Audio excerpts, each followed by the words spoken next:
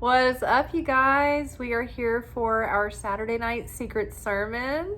This is our secret teachings of Jesus segment that we do every Saturday night, late at night, where we delve into the Gnostic Gospels. I really love this segment. It is probably one of my favorite things we do all week. I know a lot of people feel the same. I'd really like to do more of this. That's kind of what I've been thinking about, what my Patreon and Substack are right now. They have everything that I do publicly all in one place, but the additional content that I want to do more Bible related things. Like I want to do more Gnostic studies. I want to do both Old Testament and New Testament stuff, and kind of focus in that area, and then also do more honed in videos that are directed towards like specific spiritual concepts. Because I know on this channel, like our weekly readings, like things, like we talk about things on the surface as they come up, and we get into a little bit of the deep wisdom secrets. But in order to get a full grasp of what they really mean and be able to like integrate them into your life, it does help to have the ability to just isolate that topic and talk about it in depth. And then also to be able to have a more more searchable videos where you can go search them or browse for them by like the topic, rather than like there's so many different things that we cover basically in these videos, because we're basically commenting on the energy of the moment in life that we're going through. So we talk about things as they come up, but the concepts, getting the foundational knowledge to, build upon, I'm kind of thinking that's the direction we're going there. All right, so getting into the fun. So we are in the Nag Hammadi scriptures. We are in the Gospel of Thomas. Recently, we completed the Gospel of Mary, and then we ran through the Greek Gospel of Mary, and I loved that so much. I love Mary Magdalene. And the wisdom and the insight coming out of that gospel are so poignant for the times right now. I mean, just the opening section of the Gospel of Mary is some of the most important. There's a couple of key concepts in that opening, in that introduction, where Jesus is addressing the disciples before he ascends. And if you can understand what he's instructing them and take away that, like applying it to reality in this moment, I think this is like the most needed wisdom. And so it's interesting to me that there's so much interest regarding Mary Magdalene and her gospel, but I feel like just like anything else, it's really being sensationalized, all this stuff's forming around it where like people are just like making it their brand and they're branding it, and it's just like, and then they're trying to make it more or different than it is to add to their own, like, I don't know, they just want to add things to her, I think, instead of just focusing on the literal teachings. It's like they're always talking about her gospel and they're always implying all these things about Mary's backstory, but I'm like, where are y'all getting this like information? Because we just read the Gospel of Mary, and like all these things they talk about aren't in there. So I don't know, maybe we'll learn more as we read through the rest of the Gospels. But I don't know, I just think that her gospel and her wisdom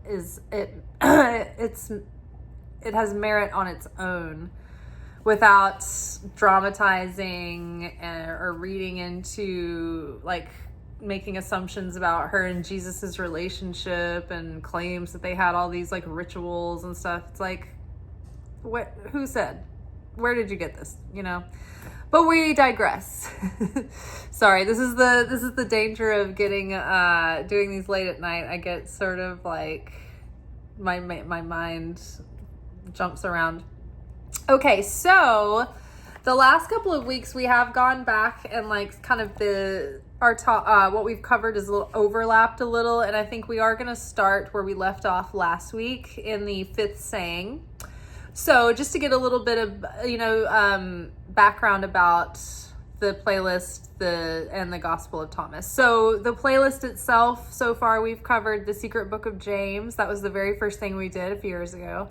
And then we spent about a year and a half in the Gospel of Philip, and we took that really slowly, section by section, and really went in depth there.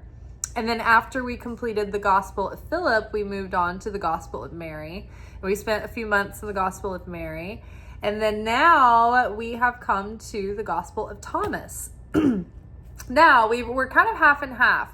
So the Gospel of Mary and the Secret Book of James sort of read like other books of the Bible, where you're seeing like people and characters come in and out and they talk to one another, and it's almost like you're seeing scenes play out where people tell the wisdom, or you might witness a miracle or something playing out in the scene. But there's dialogue and there's exposition and whatnot, but the books, the Gospels of Philip and Thomas, are different. They're not like a play. They're not like a scene. They're not like conversations that people are having. They are isolated concepts to meditate on. So Philip, the Gospel of Philip, had each section was like a portion of cryptic text, and it was about a paragraph each one. And it was just really far out and esoteric and symbolic. And it was like kind of meant to be mulled over and meditated on. And these were like Jesus's like symbolic references and teachings that he would do. But he just isolated the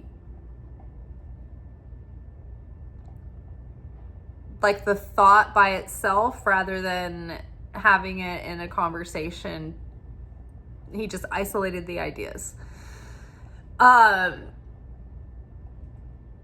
Because there's so many, like, how many times must Jesus have been teaching, right? And talking about things and covering subjects that don't necessarily get covered in the Gospel of Matthew or John necessarily. So it's interesting to read Philip and read all of these profound,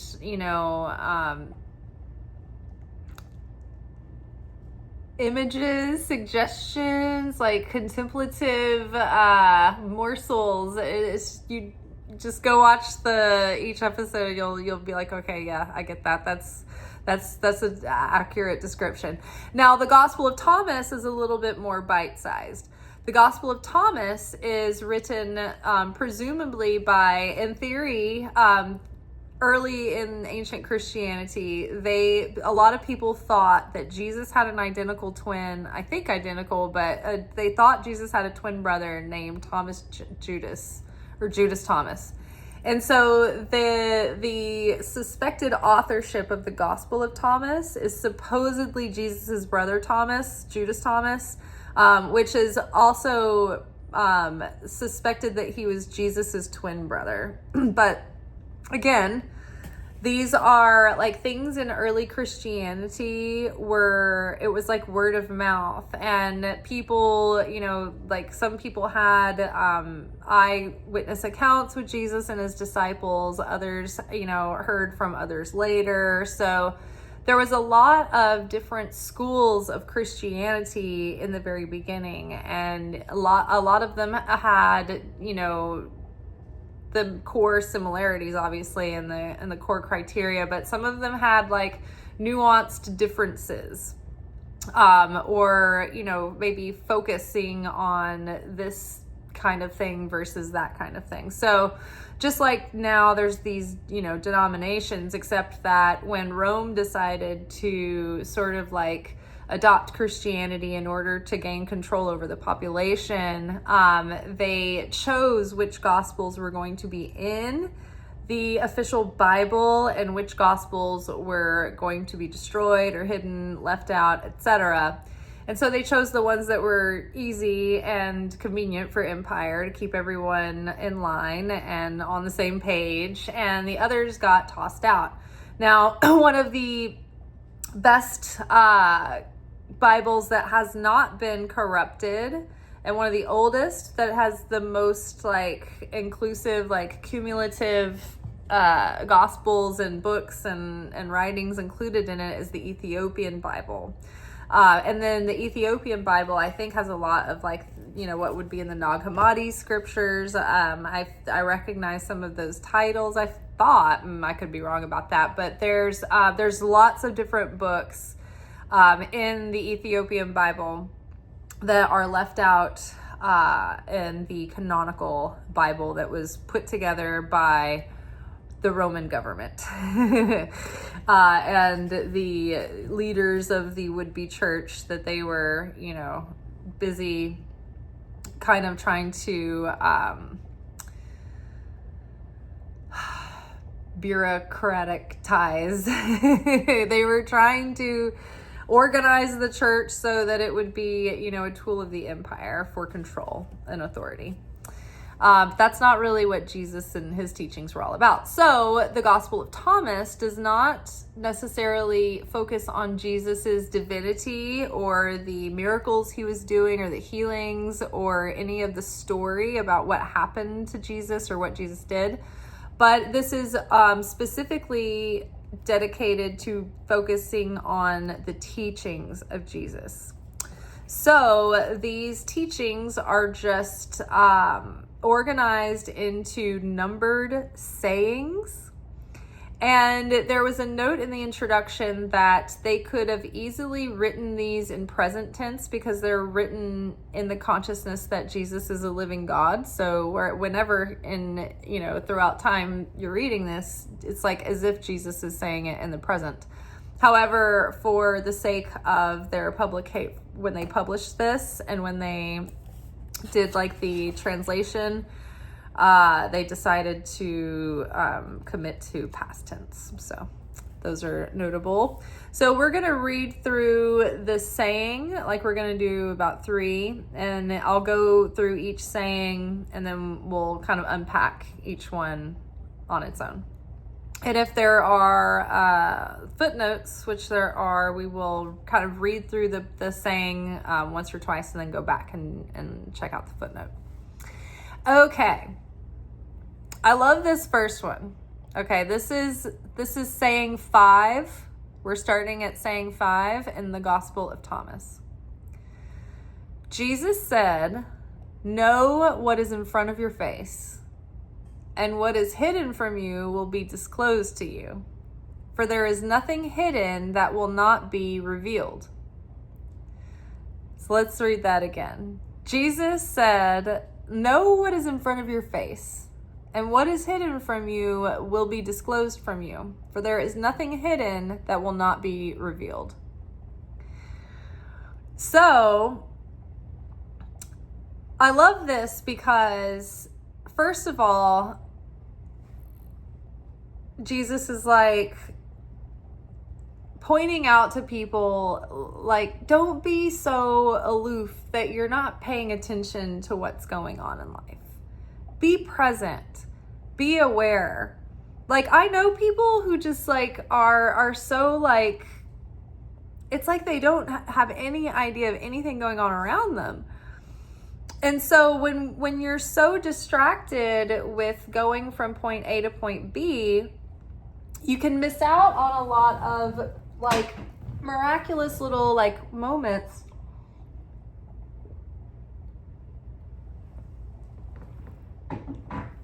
where spirit is trying to show you something or reveal something to you. So see the writing on the wall. Like, see what's in front of your face. Like, pay attention. Like, look, pay attention to life. What is life teaching you? What is life showing you? So in the Kabbalah Center, one of the first like tools that you get to learn in Kabbalah 1 is this practice that helps you execute the process of raising your consciousness, practicing presence and awareness, and being in a state of growth and effort all the time. And that is, they call that pause, what a pleasure. And basically it goes something like this. Pause. What a pleasure. Why is this in my movie? So if you're thinking about, you know how we talk about life being a lot like a video game and how we're always like going through these levels and there's always like, you know, these little agents of the opponent that are coming out constantly. And it's like what I think of like old original Mario, where Mario's just like going through this level and just a constant stream of opposition and little bad guys, and they're all like in their own, you know, funny little, you know, manifestations, like a little mushroom, I'm a little this, I'm a little that, I'm a little the fly trap, the thinking, the, what are they called, Venus flytraps. And so, yeah, Mario has to go through these worlds and like squash these people or jump over them or these creatures. And that's kind of like what it's like in life. We are always like, we're in a simulation, and it is very real. It's not that our life isn't real. It's not like other people's lives aren't real, but it's like we're in an interactive, choose your own adventure kind of thing. And there are like, say, pretend it's like kind of like a combination of a movie and a game, like an interactive game where you're an active player in your game. And think about Curb Your Enthusiasm. Curb Your Enthusiasm is a television show where they have laid out the outline of each episode. But the actors themselves are given freedom to like make their own creative choices and improvise all the dialogue. And so that gives them a lot of leeway in kind of where the direction of the scene is going, but they always have like these definite things that are going to happen, right? So like the outline might be like they have like Larry goes to a party, and then after that he goes to the deli, and then he goes to the dry cleaner and he sees someone and gets in an altercation, you know, and then after that, like the altercation, it like sets him up for this like whole thing that like turns into a big ordeal. So that's like having the plot points of our life predestined, but within those predestined plot points, we have free will, and how we decide to proactively show up or not kind of plays into whether or not we are awakening sparks of light in our soul, if we're doing any soul correction, if we're just floating through life asleep, essentially, or if we're awake and we're active players in the game and we're doing our tikkun correction. And so, are we overcoming what comes easily to us? Are we overcoming our initial nature? Are we growing past that? Are we evolving? Are we becoming fully well-rounded? Are we repairing and healing our negativity? Are we expounding upon our talents and gifts? You know, so how are we moving through life? Are we awake? Do we realize what we're doing? Are we living with intention and on purpose? Or are we just kind of floating through each day, not really thinking about it, not really thinking much about our growth, and then just being kind of in a reflex response to life, not realizing that, hey, this thing is designed for me. Like each one of us, the experience that we have, it is like our interactive, like training simulation where the things that are happening around us, to us, with us, for us, are there to show us basically what is left unactivated in our soul, what is left to be healed or enhanced, what needs to be strengthened, what needs to be polished, you know, and we go through life and we kind of figure this out by noticing the patterns of our experiences, or we're triggered by these things and they have like this strong like impression on us. And so if we can start pausing instead of just being lost in the plot and just getting angry and being sucked into the soap opera, whether it's exciting or infuriating or this or that or that, if we can slow down and pause through our scene work and be like, you know what? Why is this in my movie? Why is this happening? If God is sending me a message through this person who doesn't even know that they are sent as a messenger of God right now, like if everything is supposed to be here the way it is, then why is it here the way it is? What is it here to tell me? Or what is it here to set me up to, like, for a win? Like, is this a challenge that I'm here to overcome? Is this a test? Like, what is the test? Like, how do I show up and navigate this? So when we start slowing down and seeing what's in front of us, life is not random. It is couture designed for you so you can play out your soul's playbook, the workbook of your soul throughout many lifetimes. So Jesus said, know what is in front of your face. Right? Look what's in front of our face. What is in front of our face? Life, reality. Reality is in front of our face. Know what you're looking at. Read between the lines. The writing is on the wall, right? It's like, start looking at life as if it's been made for you. And even the irritating parts and the upsetting parts, they're there for your benefit ultimately. I mean, think about when you watch a movie where the character just wakes up and they're great, good to go, and then they go out and they execute a very easy, predictable day, and they do great at their job, and they have easy, perfect relationships, no real hiccups, and then everything just kind of works out, and they go to bed and they get up and it just kind of just keeps getting better or stays the same. But it's like, that's not really a very good story, is it? It's not exciting to watch, and it wouldn't even be fulfilling or exciting to live in, honestly. So when we watch a movie where the character isn't taken through any hardship, we're not invested in that, really. And then when you look at a character who's been run through the ringer, your heart goes out to that character. You're rooting for the character. You want the character to win. And you realize as the audience watching the character that even though they're taking the beating, that you see their progression, and you see how strong they've come, and you see how they started off, fearful or timid in some way at the beginning of the story. And through overcoming these challenges and this adversity, they've become strong and courageous, and, they've come into their own. And then they embody that strength with the way they start to show up and meet life in their battles and their comings and goings throughout the rest of the script, right?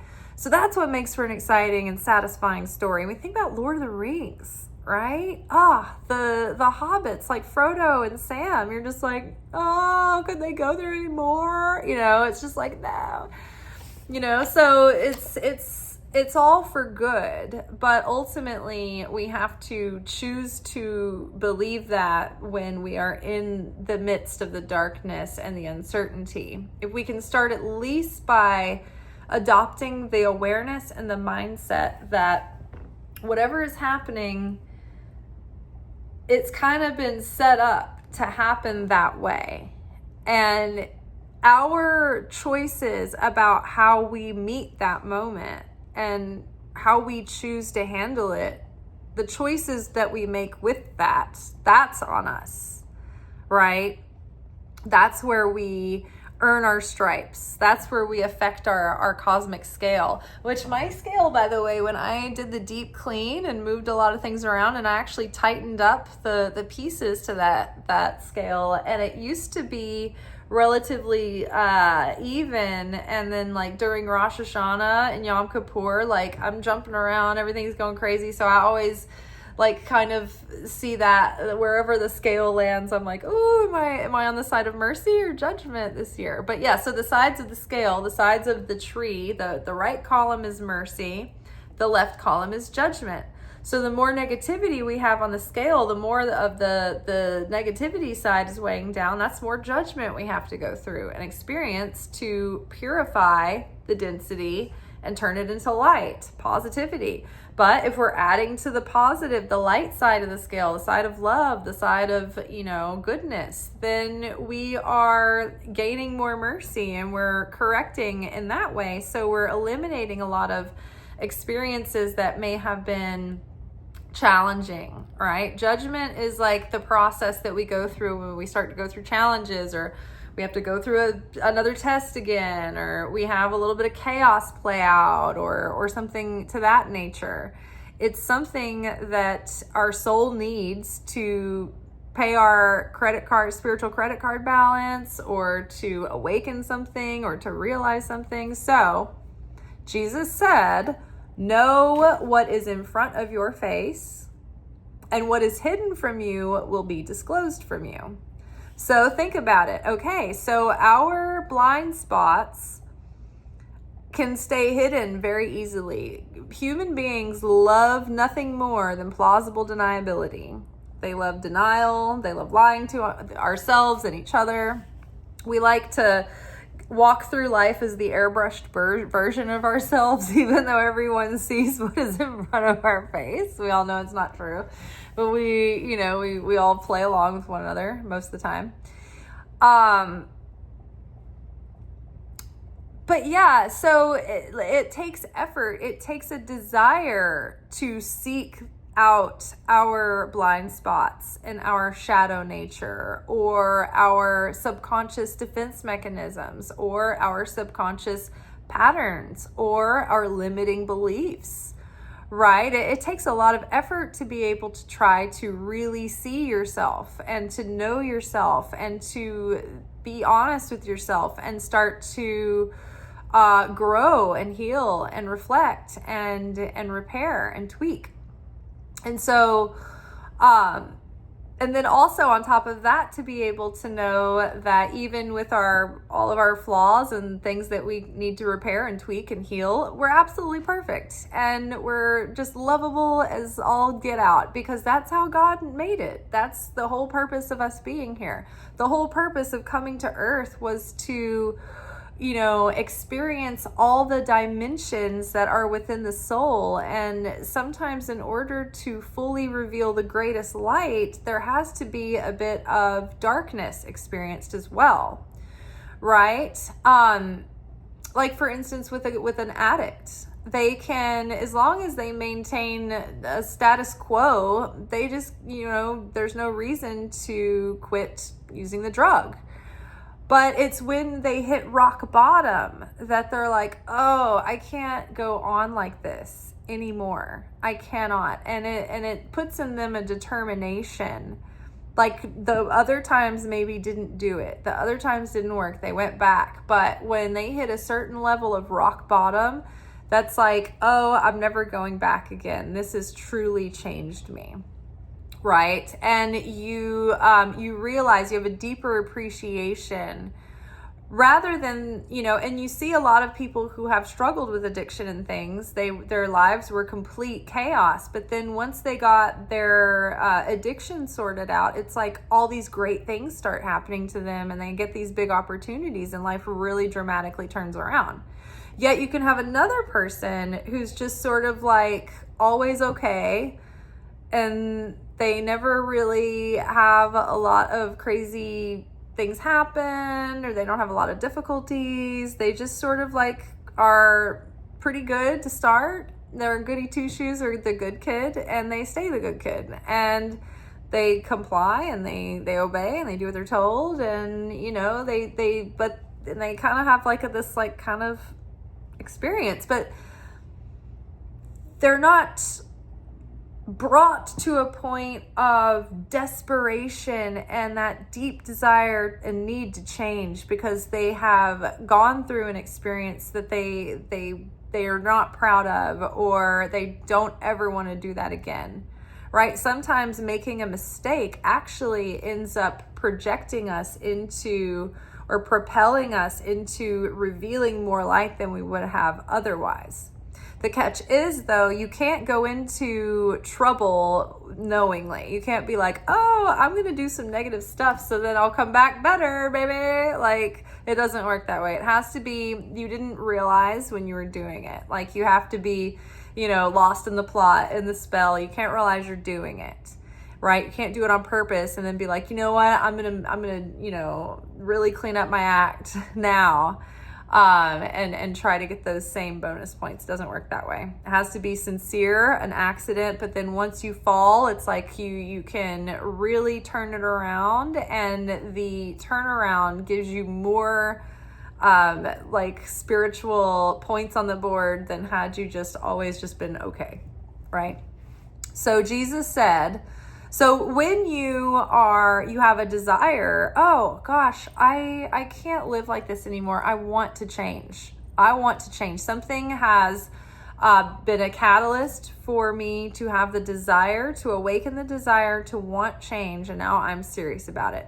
So once you're paying attention to life and you understand what's going on, you get a basic understanding of the rules of the game. And then you have a desire to change. Jesus said that you ask and it is given to you. When it comes to the kingdom of heaven, when you want to know something, it will be revealed. And so if you have a sincere heart to search out the things that you need help changing, then they will be revealed to you. If you're going through life going, pause, why is this in my movie? Higher truth, higher knowledge about yourself will be revealed, right? Even if somebody comes up to you and is saying the most effed up shit, and they are talking some shit and jive, and you are like, this is BS. Get out of my face. There is a consciousness you can take from that moment, and you can say, okay, in a topsy-turvy world, even though they are not justified in treating me this way, and what they did was wrong, and they're going to have to pay the spiritual credit card debt for that, what if there was a message hidden from the creator that I need to take away from this? Why is this in my movie? Is there any truth in what they said? Or is it something about the dynamic that is playing out that is trying to show me a truth about my relationship to others and how I approach that relationship to others? So if somebody says a bunch of cruel stuff to you, it doesn't necessarily mean that that stuff is true, but it might mean that you need to take a look at the pattern of the types of individuals or the treatment that you're getting or allowing for yourself. Now, sometimes there might be truth in their words, right? They might be off base for saying something like, say somebody like accuses you of being lazy and blah, blah, blah, and this and that. And, maybe they have no right to say so. They don't know anything about you even. But maybe you're like, well, there is a few things that I've been putting off. And I have been sort of dragging my feet lately. You know what I mean? Like, it could be like message from headquarters coming through in unexpected vessels. So if we are open and always searching for ways that we can polish and prime our vessel and strengthen our vessel and expand our vessel, then we can take things less personally and see it as more of a game strategy. Oh, okay, so the more that we transform, the more we're winning. It's not about what we achieve and what we accomplish and what we accumulate in this world as much as it is about, did we transform from the person that we came out of the box to the person when we left it going back into the box, right? Come out of one box, go back into another. So did we transform truly in this lifetime? So Jesus said, know what is in front of your face, and what is hidden from you will be disclosed to you. For there is nothing hidden that will not be revealed. Let's see, there is a footnote.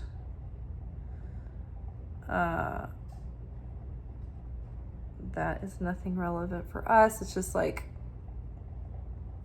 just people talking about references within references within references or something. I don't know. It's not real information. Not for us. Okay, and then the other 15, is there anything after that? It references Mark and Luke and Matthew. Mark 4:22, Luke 8:17, Matthew 10:26, and Luke 12:2. On the last portion of the saying, Gospel of Thomas 6:5 and 6. So what we just were covering. Okay, now the next portion is number 6, saying number 6. His disciples asked him and said to him, "Do you want us to fast? How should we pray? Should we give to charity? What diet should we observe?" I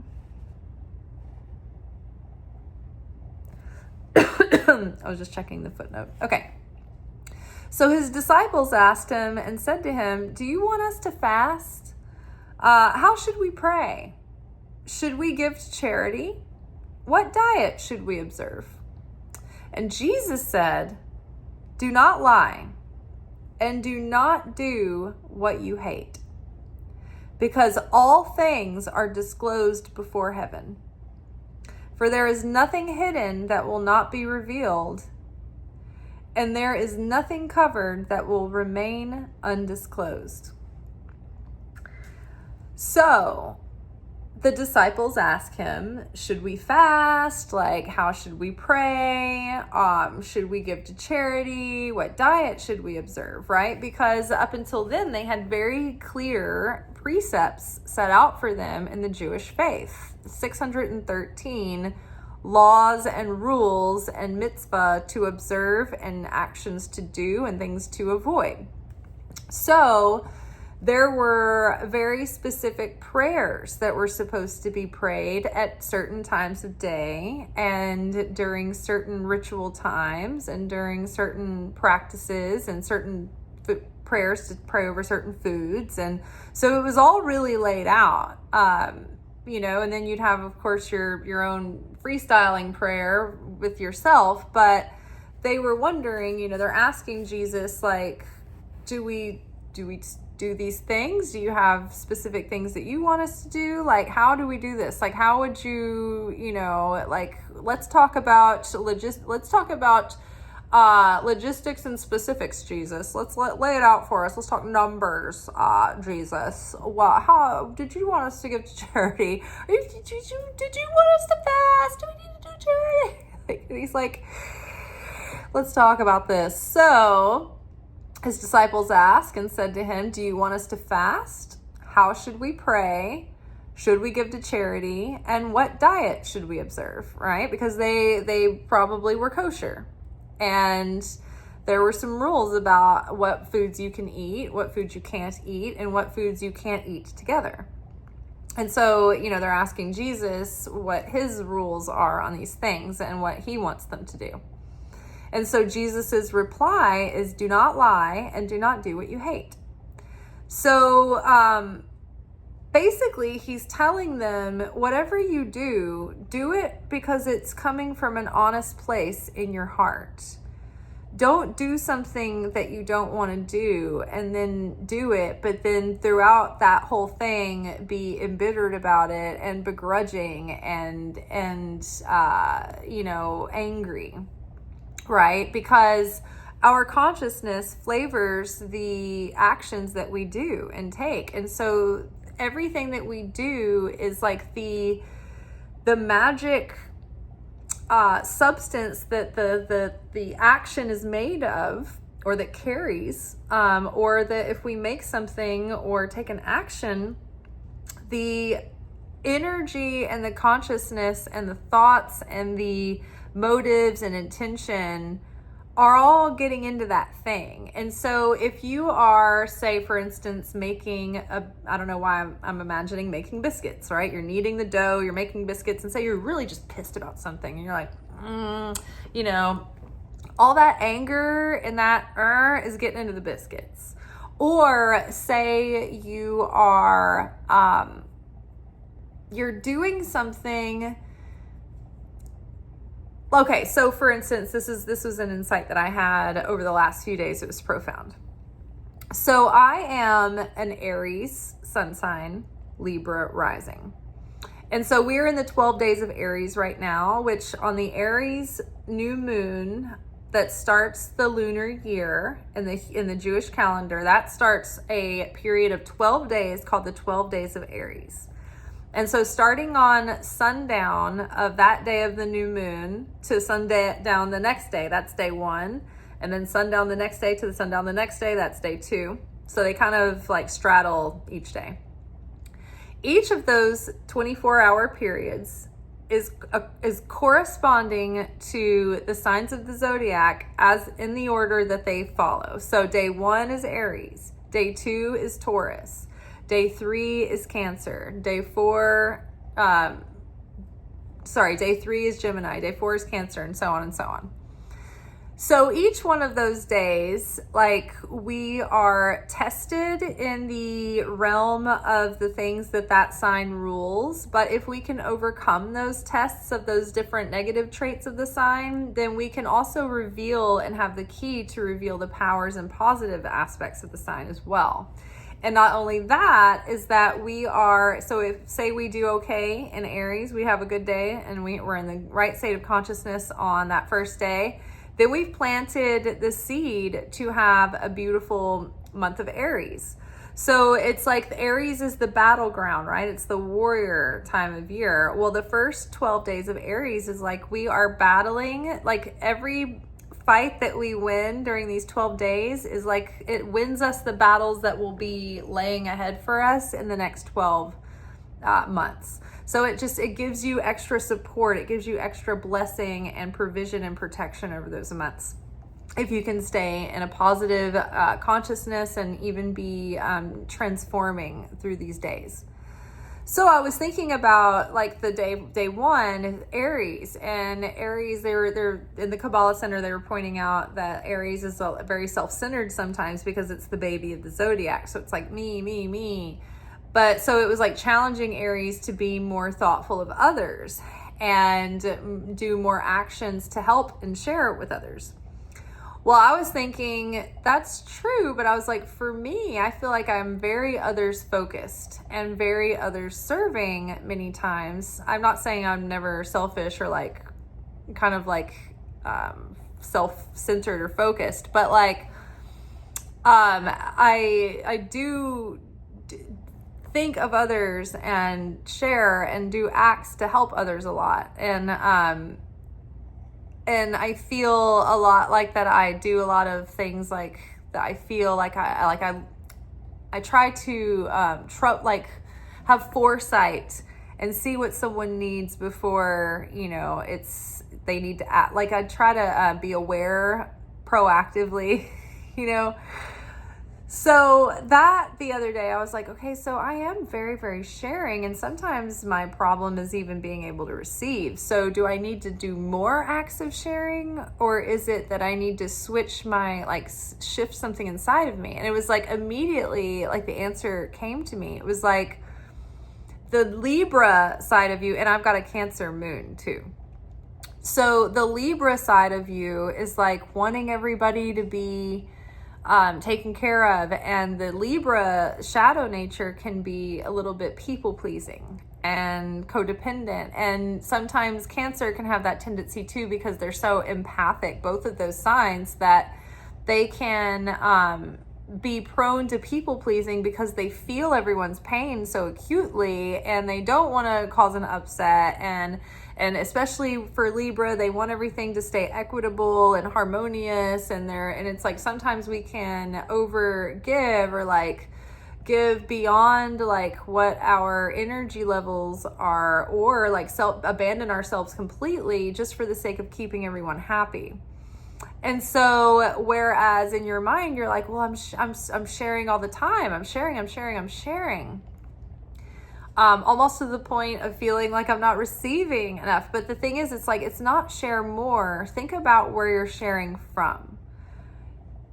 in the Libra mindset of wanting everybody to be okay and, like going out of your way to people please. And sometimes it comes from a sense of obligation or necessity or, it's survival even. But the key is to do the act of sharing, or like go to the lunch, go to the meeting, spend the time with the person, answer the call, not with a mindset of I need to do this, they need me to do this, or else they'll be upset, or any of that. But to get in a state of, oh, I'm excited to give. I'm excited to spend this time. I'm excited to help. I feel it from the heart. Don't I want to share this with this person? Don't I want to be giving? Like, don't I want to do the action? Like, instead of being in a sense of obligation or duty, which sometimes that is like the motivating factor. But if we can get our heart in it, so that it's not like we're not dragging our feet there, kicking and screaming, but we're like, we feel good, we feel warm, we're giving with our whole heart, we're doing the action with our whole heart. We are spending the time with the person with our whole heart. Sometimes when I go and meet up with my mom, I lose consciousness, and sometimes I feel like, depending on, that when we're meeting up or what's been going on in my life, sometimes I could be, I'm not showing up with the kind of energy that I should. Right? I should be priming my energy and getting excited and bringing that full best self, like I would on a first date with someone that didn't know me, right? But sometimes we get so comfortable with the people that we know the best that we don't bring that best self, and we don't bring that energy, and we don't bring that wholeheartedness, even though when we stop and think about it, we really do mean it. But we didn't center ourselves there. We didn't activate that. We didn't set that as our consciousness before we took the action. So Jesus said, do not lie, right? Because it's like, don't do something that you don't mean. Don't be performative. Don't do this to be performative. If you don't really mean it, don't do it. If you are going to be, don't stay in a job that you hate year after year. You're turning yourself into a sourpuss. Don't go if you hate doing certain things and you just keep doing it because you think that it's supposedly good for you. You think that you're doing the right thing or whatever. It's like you're not in alignment. You're in complete dissonance. So your mind and your heart and your soul and your strength aren't aligned when you are doing something you hate. It's like you're not having integrity, you're not being authentic, you're not being real, right? Jesus just calling it flat out. Like, he's not saying in these nuanced ways of, you're not being authentic, you're not living in your truth, you're not doing this. He's like, don't lie. Like, don't be something that you're not. Don't pretend to be something that you're not. Don't pretend to be someone that you're not. And if your heart's not in it, then don't give until it is. Because what you're doing is the gift that you're giving is tainted with seeds of negativity, with fear, with scarcity, with doubt, right? With begrudgingness. So it's like it's got this smudge on it that's going to get on everything it touches, and it's never going to feel quite right. So Jesus said, do not lie and do not do what you hate, because all things are disclosed before heaven. And so in the subtext, heaven in the Greek they use the word aletheia, which is like higher truth. So he goes back to this whole because all things are disclosed before heaven. So do not lie and do not do what you hate, because all things are disclosed before truth.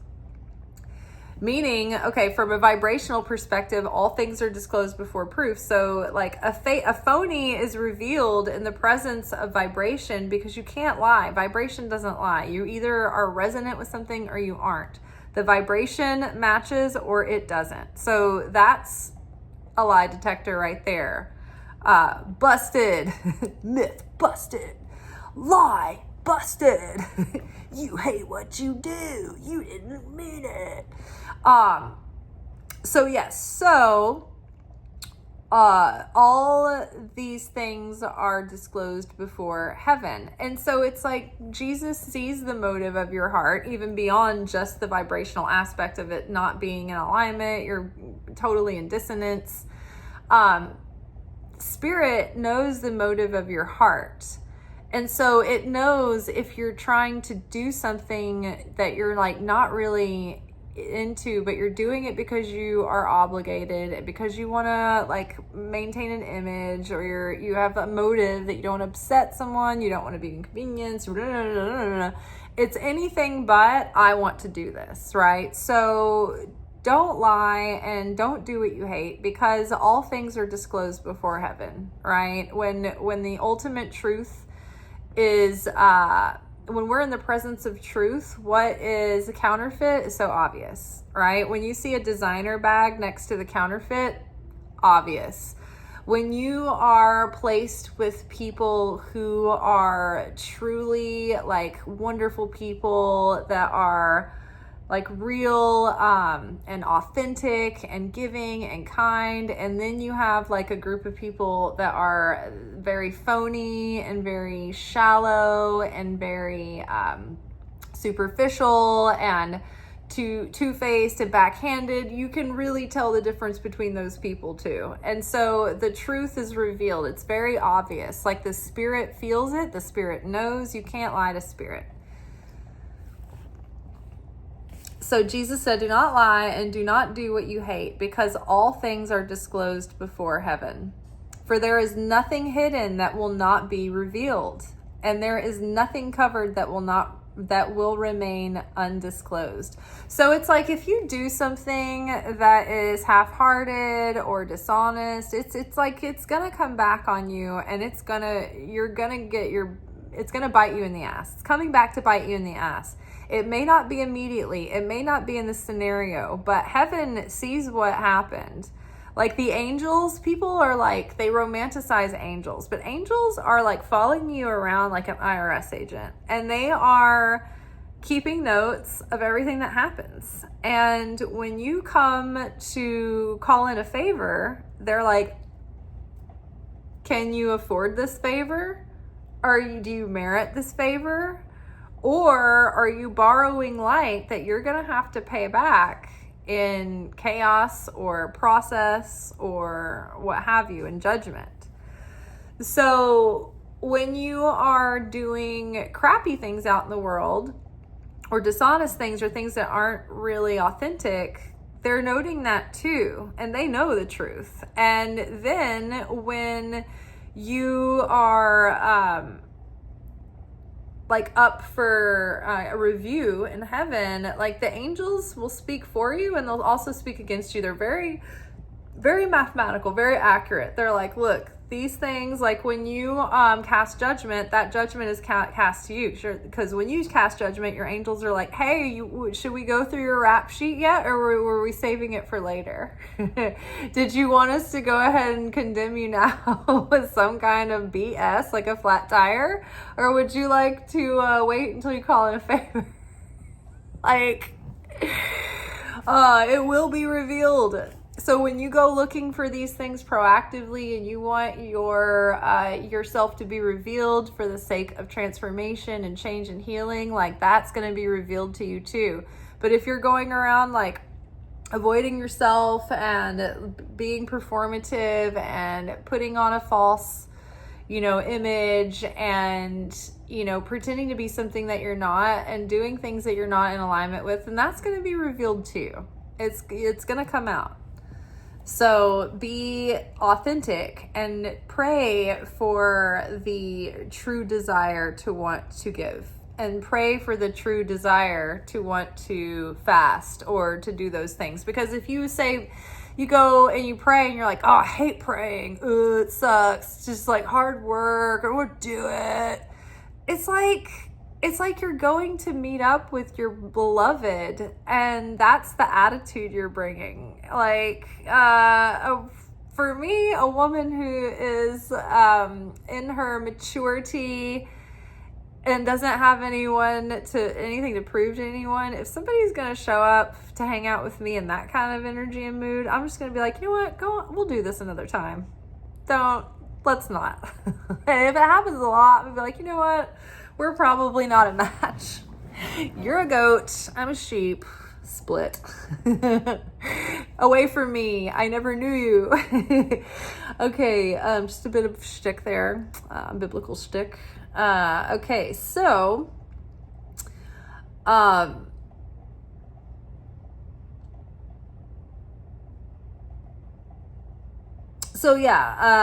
his disciples asked, do you want us to fast? How should we pray? Do we give charity? What diet should we observe? And Jesus said, do not lie and do not do what you hate, because all things are disclosed before heaven. For there is nothing hidden that will not be revealed, and there is nothing covered that will remain undisclosed. And I can't help but think of the Epstein files when I read this. All of that darkness going on in the shadows, unbeknownst to people for so long, and the atrocities, and to people, you know, involved in that think of themselves as being all powerful and above, you know, any authority, and they are being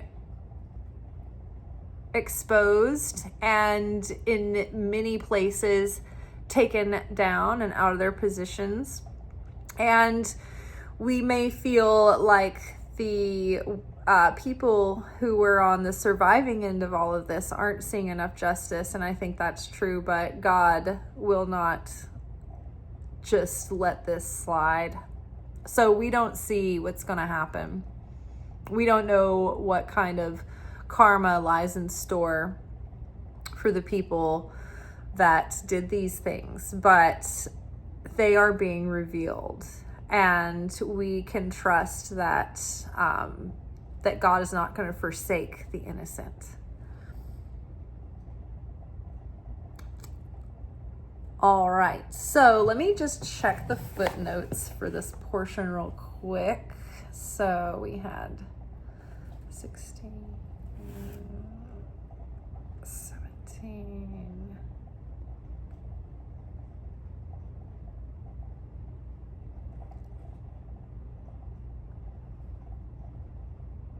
Okay, so the do not lie and do not do what you hate. This is a negative formulation of the golden rule. So treat others the way you want to be treated. Okay, the inverse of that, the negative way to, or the way to apply that rule to the negative side is do not lie and do not do what you hate.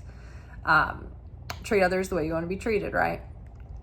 Okay, and so the aletheia thing, equivalent to heaven and truth. And then the other just being, it's just like referencing Gospel of Thomas 5:2. Okay, so, and then the last thing we're going to cover tonight is number 7. Jesus said, "Blessed is the lion that the human will eat, so that the lion becomes human. And cursed is the human that the lion will eat, and the lion will become human."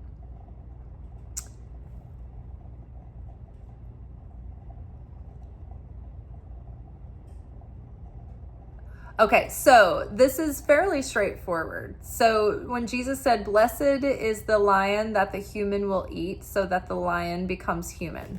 So this is getting self-mastery and control over our carnal nature, over, like, you know, have you ever seen like a douche with a tattoo that says like untamed? You know, because he has like a wild side. He's got like the beast within and he can't be tamed, right? This is addressing that. This is like the lion within can be our out of control temper, our anger, our instinct for survival at the cost of everyone else, right? The alpha instinct to take, to grab, but it's our carnal nature, our animal instincts within that can get out of hand. And when we are awakened and elevated and enlightened, dignified human beings, we rise above our animal nature, our animal tendencies, and we practice self-control. We don't have out of control passions, out of control rage, out of control lust, out of control actions that we take.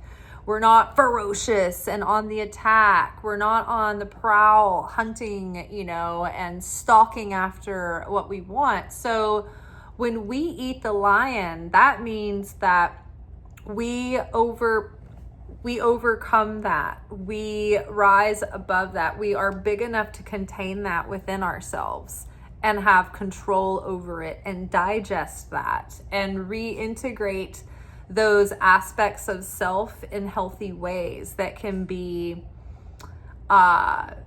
expressed in constructive ways. Whereas, so blessed is the lion that the human will eat, so that the lion becomes human. So when it talks about in many places in the gospel or in the Gnostic Gospels talking about becoming the human or becoming the perfect human, it's about our self-realization and becoming awakened and enlightened to the purpose of our soul and our identity as a soul, a growing soul, not just an ego with the needs of the flesh and physical impulses, right? So blessed is the person who can see those, egoic impulses and the consciousness of the flesh, and actually refine those and learn how to practice self-control and have dominion over those things. And that way we are sovereign and we're actually living with free will and not just like at the mercy of whatever that binds us or that we're addicted to or that we are, trying to keep, everything together, like all the things that control us, right? We're in possession of our own nature and our own consciousness and our own choices and actions. And we're not just driven and responding in an affect consciousness to everything. Now it says, and cursed is the human that the lion will eat, and the lion will become human. And so cursed is this person because they are consumed with their animalistic impulses. They have no self-control. They have no restraint. They have no ability to say no to themselves or to pause, right? They're just going from one emotional outburst to another and making one impulsive decision after another and making reckless choices and taking reckless actions and letting all of their most base instincts navigate life for them. And they're not in the driver's seat. They're just in the back seat of their own life, and they have no control and no direction and no self-possession and no self-discipline or restraint, right? So cursed is that person because they're completely out of control, living in darkness, and they don't have any sort of, like, they think that they're at the mercy of life circumstances when really they have more influence over all of these things than they think. But it's about waking up,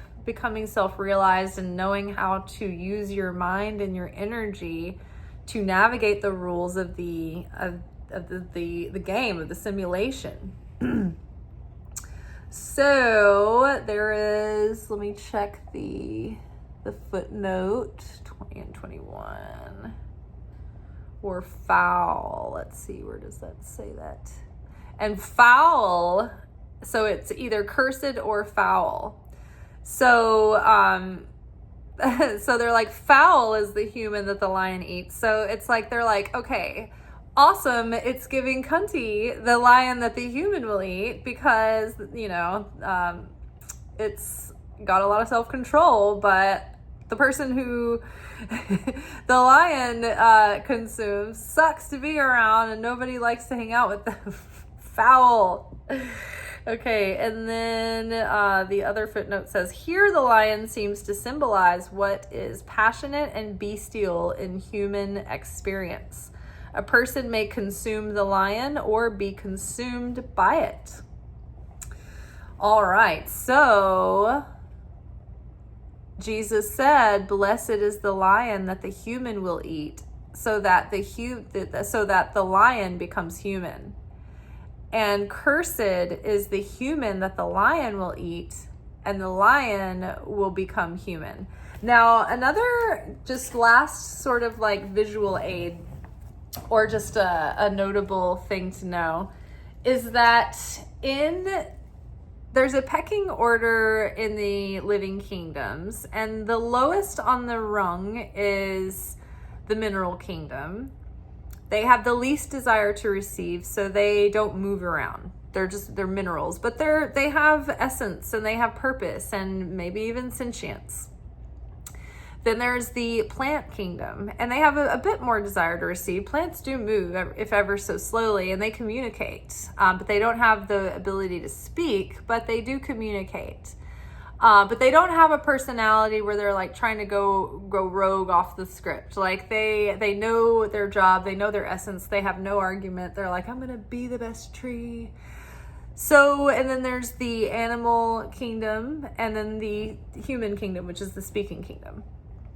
Well, when the plant kingdom consumes the mineral kingdom, and that mineral kingdom feeds the plant kingdom, and the plant kingdom is accentuated because of the gift that the mineral kingdom gave to the plant kingdom. And then by being consumed by the plant kingdom, the mineral kingdom is then elevated, like the energy or the soul of the mineral kingdom is elevated.